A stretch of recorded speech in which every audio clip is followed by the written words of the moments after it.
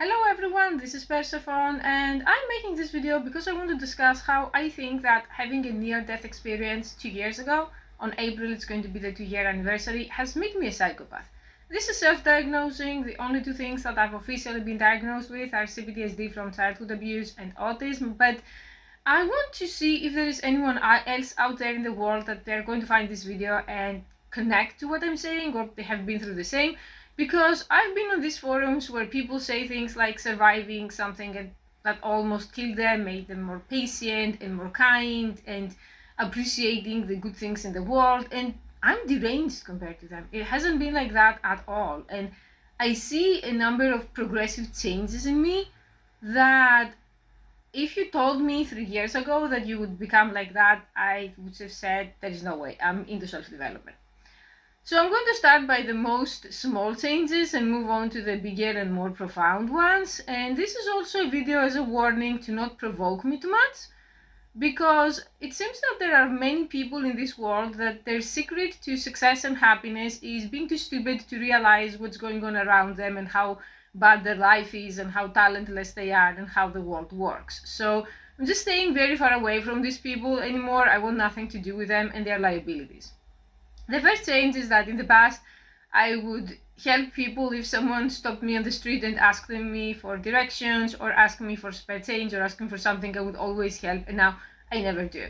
And actually, I'm thinking very bad things about them. I'm thinking like, dude, there is a GPS, get on with the times. I don't have time to deal with you. Or I'm thinking you must be a scammer, or you must be one of those failed men who want to do cold approach, as if I would ever date a random man from the street. Like, who do you think you are and who do you think I am to be this desperate?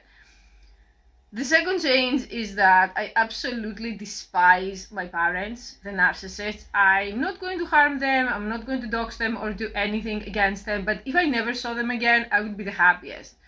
And in the past, I used to do a lot of things like grey rocking, being no contact or low contact, and choosing topics that they are safe. Now, I don't care anymore.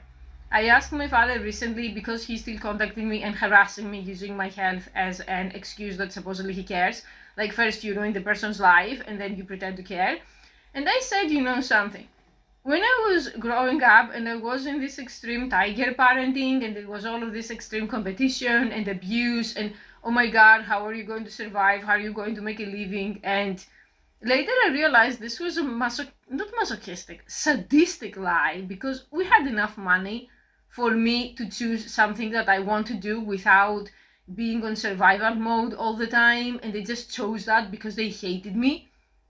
I'm sure they hated me. They are too underdeveloped, they're too traumatized to admit that to themselves, but they did. I mean, I said, you always said that I should have become a dentist or a teacher or some other job that I would much rather shoot myself with a gun in the head any day than do 1 hour of this job.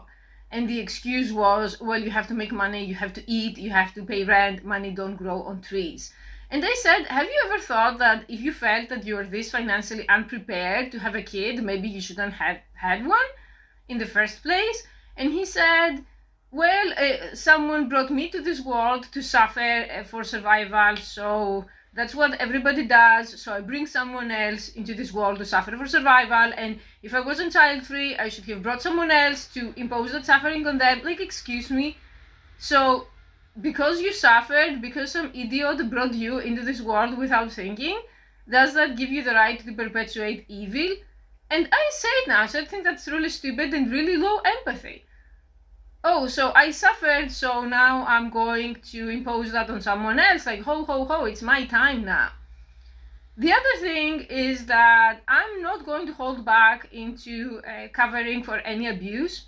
I believe and I'm very dedicated to normalize bringing back an eye for an eye again. It was the most correct philosophy ever since the beginning of the world. Give back what you get, and preferably with interest.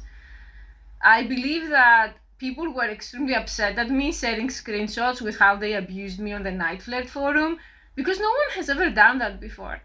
I have all of these women that I also don't like them, that they message me on private and they say, oh, the forums are a dumpster fire. Okay, if they have always been a dumpster fire, when I was watching all of these videos of how to do well on Night Flirt or how to do well on coming or whatever, why didn't anyone mention that? To protect me, to say, hey, don't go into these forums, they're full of bad people. No one mentioned it. But now that the cat is out of the bag, because I took it out of the bag, now everyone remember that the forums are full of bad people. Okay. Your support, I don't need it. Because you're a coward. So now abuse is being exposed. I don't hold back. And I'm not going to be someone who is an accomplice to awful people who just get away with it. Remember that every time you are the better person, you're in fact a sucker, and some evil person, some narcissist, some sadist gets away with it. And you're patting yourself in the back saying you're the better person because you're too weak and too much of a coward and too brainwashed to do anything. And that perpetuates evil. And I was on that side and I changed, and you can change too. The other thing is that I have become very much into lookism and into materialism. I would never date an unattractive man. I would never have someone in my life who cannot make a lot of money. I'm never again going to be friends with people who have no jobs, or people who are in between jobs, or even worse, people who have never made a dime in their lives, but they are actually relying on their uncle or their dad or their mom or their government to provide for them, and they are well over their 20s. These people are the worst parasites that I've ever seen, and the worst thing is that they have too much free time. So basically, although I don't agree with Kanye West in a lot of things, that obviously I don't agree with racism and hatred and all of that stuff that he says, I do believe that what he said, that friends are for kids, is very correct. My personal secret to success and happiness is having no friends. I mean, I can have people I can do fun stuff with, and there are a handful of people that I do consider friends because I know them for over 10 years, but that's about it. I'm proud to say that I don't plan to ever consider friendship in the traditional sense of, oh, I like you and you like me, so we hang out or we have a conversation. No. Either we're going to be working together, or we're going to be working out together, or doing something that adds value right now, so that if you backstab me 2 years later, I'm not going to be looking back and thinking, oh, I drank that cup of coffee with you and I wasted my time. The other big change that I saw in myself is that I'm extremely happy when evil people fail. My ex-sister-in-law had a horrible business named Cookie Plug. I'm going to name it here. I don't care. There are many franchises who is going to find here. That business failed. And honestly, I totally don't agree with the concept of that business. I believe that there's so much obesity in this world, and you shouldn't be starting a business that is unhealthy. These cookies were death in a box, like Brian Johnson said about another company. And they were making people sick and fat and ill. And she always looked down on me. And I knew that this business would fail 10 minutes into reading the business concept, because they didn't even serve coffee or tea. There was no variety.